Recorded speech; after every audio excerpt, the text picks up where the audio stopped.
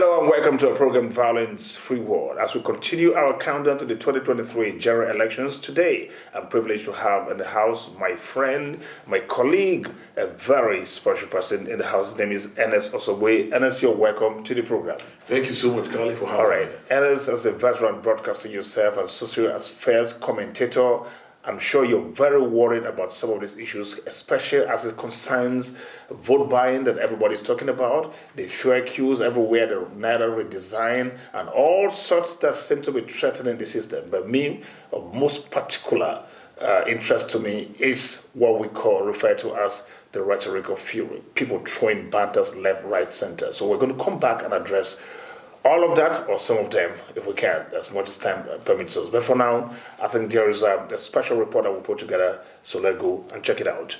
We'll be right back after this special report.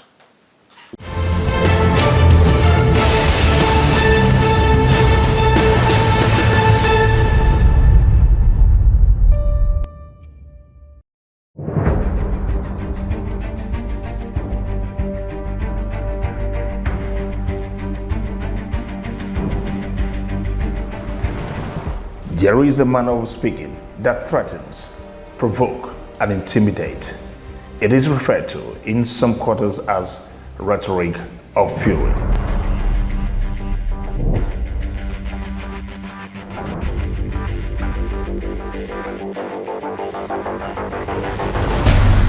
Certain individuals vexed on some issues sometimes resort to this manner of expression to vent frustration with a view to drawing attention to their plight and ultimately getting justice.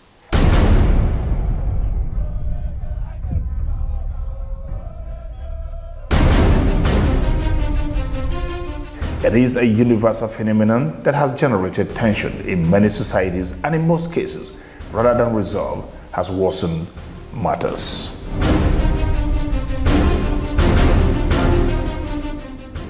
Rhetoric of fury has led nations to war, pitched partners irreversibly against each other, divided nations, and obliterated multinational corporations.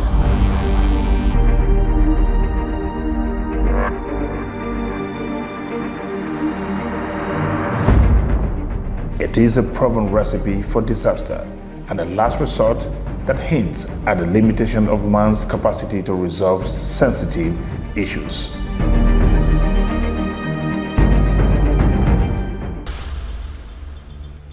Tense moments in the course of Nigeria's journey through nationhood can be largely attributed to tough stances and uncompromising remarks by various opinion leaders. The Nigerian Civil War of 1966, where the tirades between Colonel Odumegu Ojukwu and General Yakubu Gowon went overboard, is about the most tragic of all similar incidents.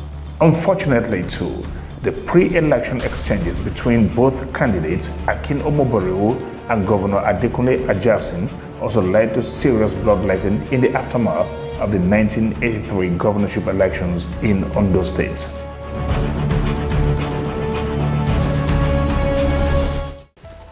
Also, the 1993 June 12 elections and the subsequent annulment had in tow an uncompromising stance for the presumed winner, MKO Abiola, and a counter-attitude by then head of state, General Sani Abacha, that eventually left Nigeria in a dire strait.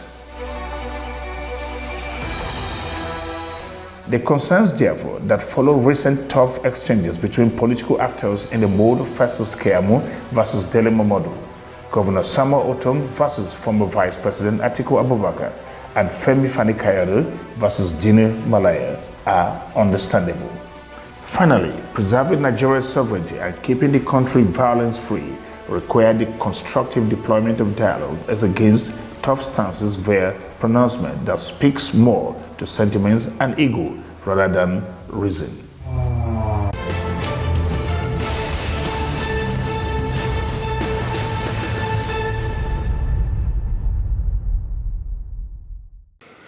Welcome back. This is Violence Free World, and Ernest Osogbue is very much still in the house. Ernest, let's go straight to the issues now. I'm very, very bothered about the way vibes has been flowing, tantrums between political parties or opposing parties, to the extent that even their followers are not left out, or they are even worsening matters. We call it the pre-election vibes. How comfortable or how worried are you with this development? I'm not comfortable with it. I must say that off the mark. It is very disheartening when you hear supporters or even the candidate themselves using unpalatable language about each other. And this is exactly what we're saying, that we're going into an election and we have leaders who are hoping to be leaders of Nigeria, to lead our country from this path where we are to a better place. And you expect them to show decorum, respect for each other, respect for the laws, and respect for the process and the procedures. But here you see some of the candidates go on national television or on the campaign trail, and they are there using all kinds of unpalatable language. And rather than you seeing their supporters going against that, they pick up on that and use it. It's like an impetus to them. Since their candidate has said something, they amplify it.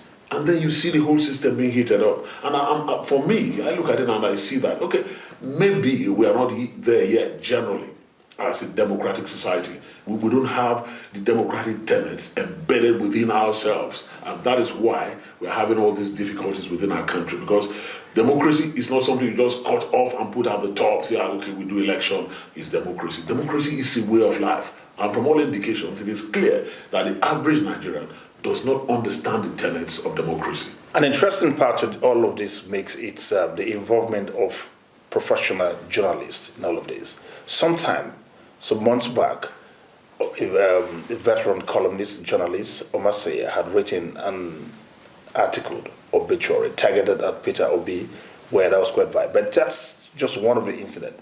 Many broadcasters today seem to have become so partisan. They've taken side. You see them engage people that you suspect they do not actually like their candidates or who they are facing, and then to grind, to grill, whatever, all that kind of stuff. How does this hit you? How does this development hit you? I'm sorry to tell you this, but I don't know whether we've discussed this in our private discussions. And I told you that in recent times, I've come to begin to question my decision to be a journalist, to be a media personality. When I see what my colleagues are doing, not just in Nigeria, but across the world, that you see journalists deliberately looking for those nuggets that will heat up the system. People want to trend. People want to go viral. Journalists have now bought into that idea, and everybody's looking for that thing that will spark, that will trigger a reaction from the public. Today, being popular is an occupation, Kali. Very surprising that people gauge who you are, your value, by how many followers you have on social media platforms. And because of that, people want to trend. They want to go viral. And you see journalists, I'm watching a television station, and they are picking up only on the negative things that politicians or candidates say on the campaign trail. How could you do that? They pick up, he goofed, he gaffed, he said this, he was campaigning, he did this. And that is what the television station is using as a program. We are not interrogating the programs of these candidates to educate the Nigerian people as to how they will perform. We're not looking at their antecedents, what they have done before, so that we can prepare the Nigerian people. Say, if you vote this kind of candidate, this is what he's going to replicate. They are more interested in, he stumbled and fell during the campaign. He's tired, he's weak, he had a bag of urine with him, his hands were shaking. Look, Kali, what kind of journalism is that? It's really disheartening. And these are mature, senior journalists involving in this kind of thing. So, Kali, look, I don't know where we are going. And because we have a vastly illiterate populace, they can't query these things. They take it as correct that if this kind of person, if this kind of journalist of this caliber can do this, then it is correct. And so they buy into that, and you hear rhetorics from supporters of candidates. The minute they discover that you are not in line with their own candidates, they want to eat you up. I don't understand where this is coming from, Kali, and it's very disappointing. Okay, now, closely related to this, but this is one you experience on the outside, not on the media platform, is this we call bullying. Okay. That's supporters bullying each other. There are certain candidates you're sitting in a cycle of certain persons, and once you're not in support of that candidate, you become the minority there, and then this theory in mass communication we call spirit of silence begins to unfold before you. You need to be quiet if you want to be safe in that place where they talk loud, then they even ask for you to be patronized for the service they're even offering. They first ask, who are you voting for? And if by any chance you're not voting for the person that they are so in support of, it now becomes a very big issue. All of that has been going on, and then they talk people into silence. So how is that? How dangerous is that, or how strategic is that? Kali, it's not strategic. What is the strategy there? Kali, it boils down to what I said earlier. That look, from all indications, the average Nigerian does not understand the democratic culture.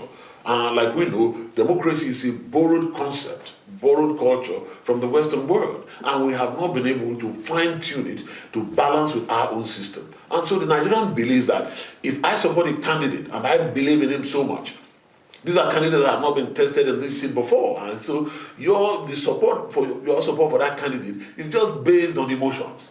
It's not based on any concrete facts, because none of them has held out post before for us to measure whether they have done it or they can do it again. So this is the fact. And so the minute they discover that you don't support their candidate, you are bullied into silence, like you said. So Kali, we don't understand the democratic culture, where you can live side by side somebody who wants to vote for somebody else. Look, for me, the 18 presidential candidates, let's talk about that now. The 18 presidential candidates are all Nigerians. They have all gone through the process of being screened by the Nigerian police, the DSS, and all these agencies have certified them qualified to run for the office of the president. So who are you as an individual to now begin to cast aspersions on the personality of a particular candidate or another because you don't support the person? And then you are raising the profile of your own candidate because you feel that is the better one. For me, the democratic process is the choice of the citizens. It is not about the best candidate. It's about the one that has the highest number of votes that meets with the criteria laid down by the Constitution. So for me personally, whether I vote for anybody or not, at the end of the day, whichever candidate meets all these criteria and is declared the winner, look, we as Nigerians will throw our support behind that person. I look at the 18 candidates. These people are Nigerians. None of them is from Ghana. None of them is from Afghanistan. None of them is an alien. So look, let everyone make their choice based on their conscience and their convictions. Then if all of us do that, at the end of the day, one of them will get the highest number of votes and meet all the criteria laid down by the Constitution and the laws of Nigeria. And they declare him, and we all will forget about who we voted for and throw our support behind him to lead our country to that place where we are going. So look, for me, I think it is very, very wrong. The Nigerian people need to begin to understand that the democratic process is about choice. And we all do not have to make the same choice for Nigeria to move forward. Everyone has a right to support whichever candidate they decide. Very well. Moving on now. Heating up the politics seems like it's what's in vogue right now. And not just coming from the enemies of the state, it's even simple. Like even the government itself is involved. Talk about fuel scarcity, talk about the Naira exchange, Naira redesign and all of that. But these are part of the issues we're going to come back and speak to when we return from this break. This is Violence Free World. I'll be right back after this time out. Don't go anywhere.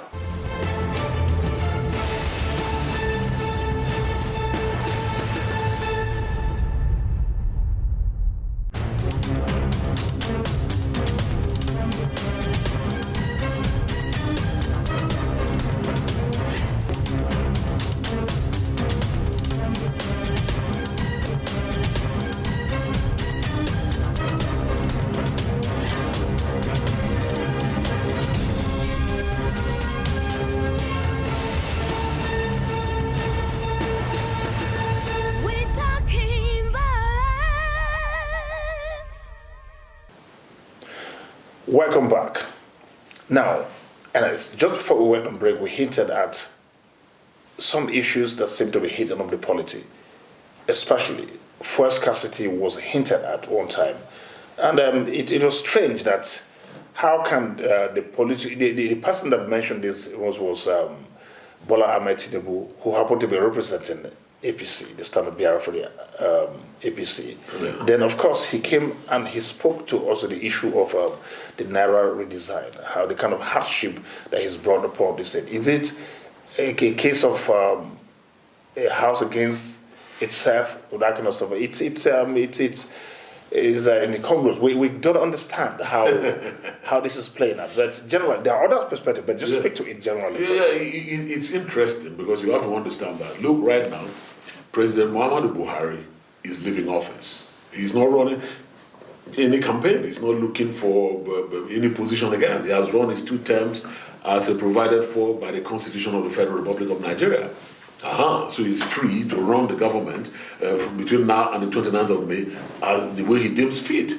But then you have his political party being a part of wanting to get another term in office through Asiwaju Bola Ahmed Tinubu. So definitely, when the policies of President Buhari in these last few days impact on that process of electioneering, then you have to have the candidate of the APC. If I were the candidate too, I will complain because you have policies that are impacting negatively on the people. And you have to understand that this is about emotion. This is about currency.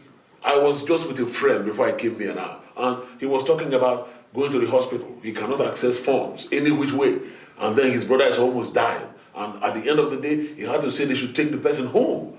For what? No treatment, nothing. And the person, we don't know whether the illness is going to get aggravated. When you see such a person, and we are going to the polls less than 3 weeks from now, 2 weeks, I don't know how many days from now, just a few days from now, we'll be going to the polls. How do you expect that person to feel? When you are going to the polls, the policies of the current government, the current APC government, will definitely be at the back of your mind, and it has to impact it will impinge definitely on how you feel about their candidate going, unless you are one of those who is a die-hard follower, saying this is the person I want to vote for. But for those fringe voters who are looking at it, there may be some folks who say, no, this government is doing this. So when Asiwaju speaks, look, it's not as if I support him, but I understand why he is frustrated by these policies that are coming now. There are few queues. We are queuing at the ATM. This is not just the regular queue of you have 5 persons queuing. The ATM has become a marketplace. It was like Oyinbo market. There was one ATM I had to run for my dear life when I saw thousands of people fighting just to withdraw funds. And it is terrible that this is coming now. I don't know. The implementation of this policy, no matter how good it is, I think the CBN could have adopted a better style to mitigate all these challenges before now, so that the people can see a seamless transition from the old notes to the new ones. So the fact that Asiwaju Bola Ahmed Tinubu cried out probably may detach him from that and win him some sympathy as far as this is concerned. Because it's very clear now that he's one that is clearly against this policy. I mean, he's one of the persons most. There is no way. See, it's not like, I won't say he was against the policy, the implementation. This policy is okay. If the policy is allowed to run, if the CBN had come out and said the old and new Naira notes can run till December this year, you won't see all these problems. What we'll be saying is that the fuel challenge is what we are looking at. So which brings me to the next point now. Okay. Why was it done in the first place? Was it to curtail vote buying? Or it's just about the kidnappers thing that they're talking about? But if so, why? I don't understand. Speak to the issue. Look, for me, my understanding is that, one, Nigerians have complained about vote buying, which has become a real malaise in our system. People going to polling units, inducing citizens with money right there blatantly. Cali, what kind of country is that? That people are going right there, and you see people who go and they show their card before they put it in the ballot box. They quickly show it one way or the other to somebody that, see, I printed your party just because you want to get some money for pecuniary gain. Cali, we can't allow that to happen in our country. But the INEC booth, as it were, the polling booth, yes, had catered to that already. People are taking pictures. People were doing things. People were using all kinds of system to undercut and bypass whatever system INEC and the security services were putting in place. And so, reducing the amount of money in circulation, which the CBN said that more than 75% of the naira printed in circulation was out of the banking system. I think I just got something from what you said. I think INEC should consider a situation where any snapshot invalidates your vote automatically. But nobody's going to be at the polling booth. No, what is, I mean, like automatically, I mean automated. Once there's a click of any snap in it, meaning that your vote doesn't count anymore. I don't know if that is going to be captured by the law, but there we have it. So for me, curbing vote buying is very good. And of course, from the reports I have heard, in the last few days or weeks since this Naira redesign, we've not heard of the issues of kidnapping that was on a daily basis before. So to an extent, people know that cash is very limited in circulation, so nobody wants to get involved in anything that is going to involve cash transactions. So kidnappers also know that so I believe that in the long run, over everything, this policy is a good policy.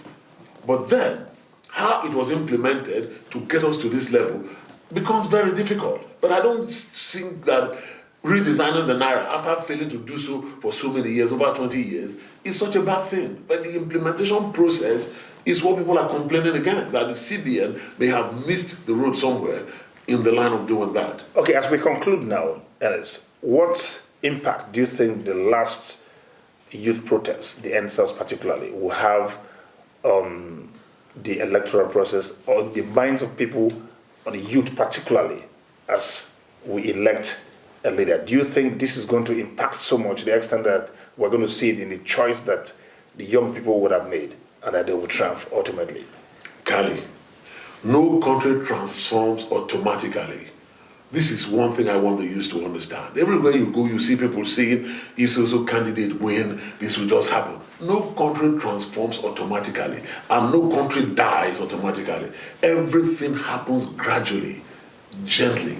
That is the way it happens. I don't see much impact of the NSAS. You have seen the NSAS. The youths even themselves came out to say they have no leader, which is very disappointing. The youths themselves agreed, we don't have a leader, we don't want to appoint a leader because he'll be compromised by politicians. What does that mean? That means even the ones speaking don't trust themselves to push out their chest and say, look, I will not be compromised. So it tells you that even the youths themselves don't trust themselves. So they know that the rot of the Nigerian system has eaten into almost all of us. So the reformation of Nigeria must be by Nigerians. No one candidate can change 200 million people or more. It is the 200 million people that will impact the leader. We saw what happened in the UK just a few days ago when the Prime Minister was on an official assignment inside a vehicle and addressing the people of Britain. And as his man was videoing him inside the car. And the people pointed out, Prime Minister, you are not wearing your seatbelt. And the local police fined the Prime Minister £100, which is what the law stipulates. When are we until we get to that level where the state is bigger than the president, we can't get this good governance and this good Nigeria we're talking about. For now, anytime you think of the president of Nigeria, you see this big person that is almost bigger than the state itself. But in the UK, the Prime Minister is just one person who was put there for an assignment. Nigerian people need to understand that we need to strive to get to that level where the president becomes just one civil servant that we put in place to render his service. And the minute he messes up, we throw him out and put somebody else. For now, that is not available yet. So all this dream about one president will come, he will do like this, he will do like that, I don't believe in that. So the young people, the NSAS has helped to energize them, to make them conscious that they are citizens of Nigeria and they have a say in what happens. I am very happy about that. But in terms of it impacting the leadership for now, I don't see it happening. Well, Ernest, I think that's a very good point to leave it at this point. I'd like to thank you very much for obliging me. Thank you so much, Kali. Well, I've been speaking with Ernest Osogbue, a veteran broadcaster and social commentator. Same time promises much more if you endeavor to be here. Until then, please remember to remain on the road to a violence-free Nigeria. Thank you for watching. No more.